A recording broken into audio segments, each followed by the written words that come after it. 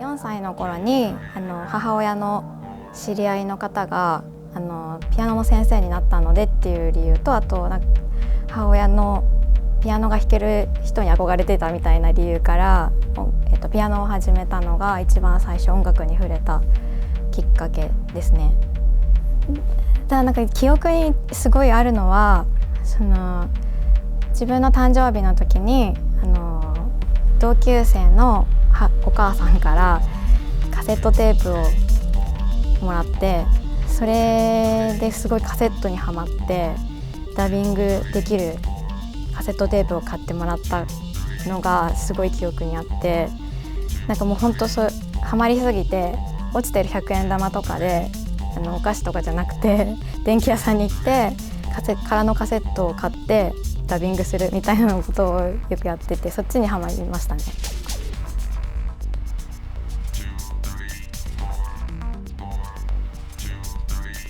古着屋さん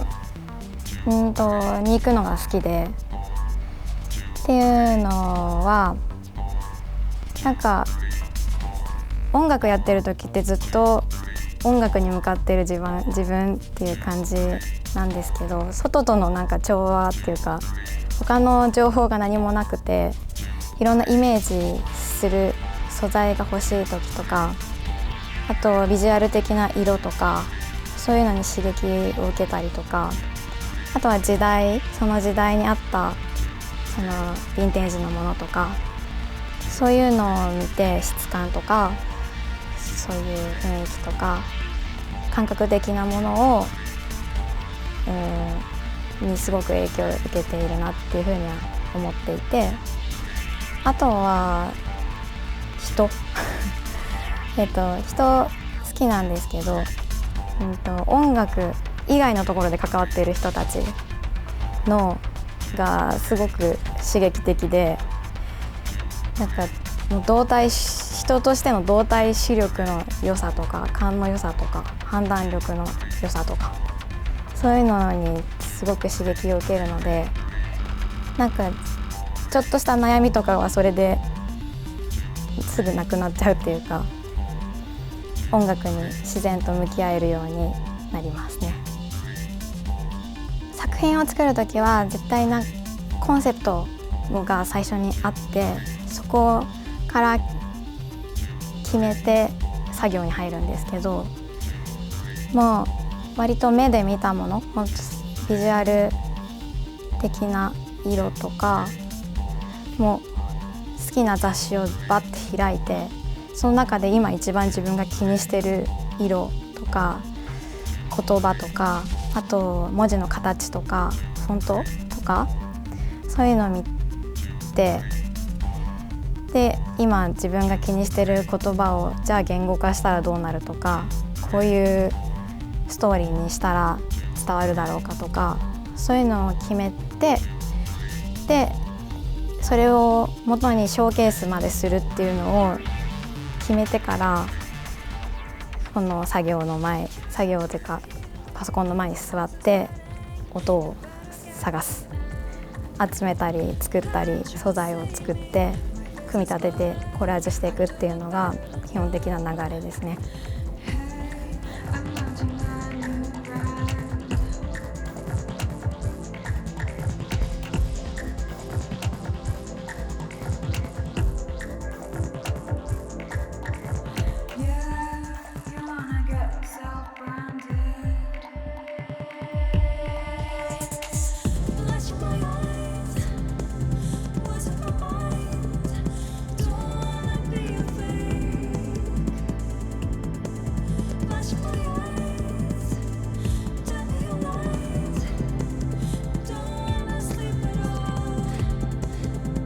自分が問題視していることとか、その時その時代とか、今すごく時代の移り変わりとか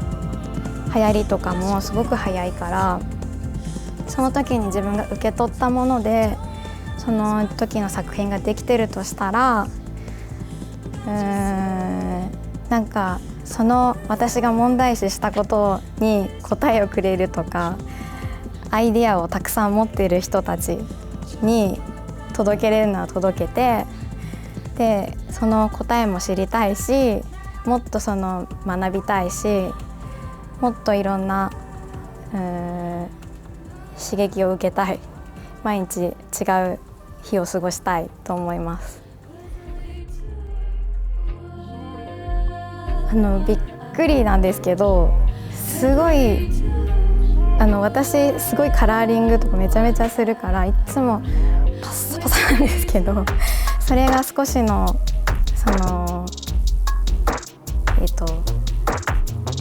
少しの量ですごく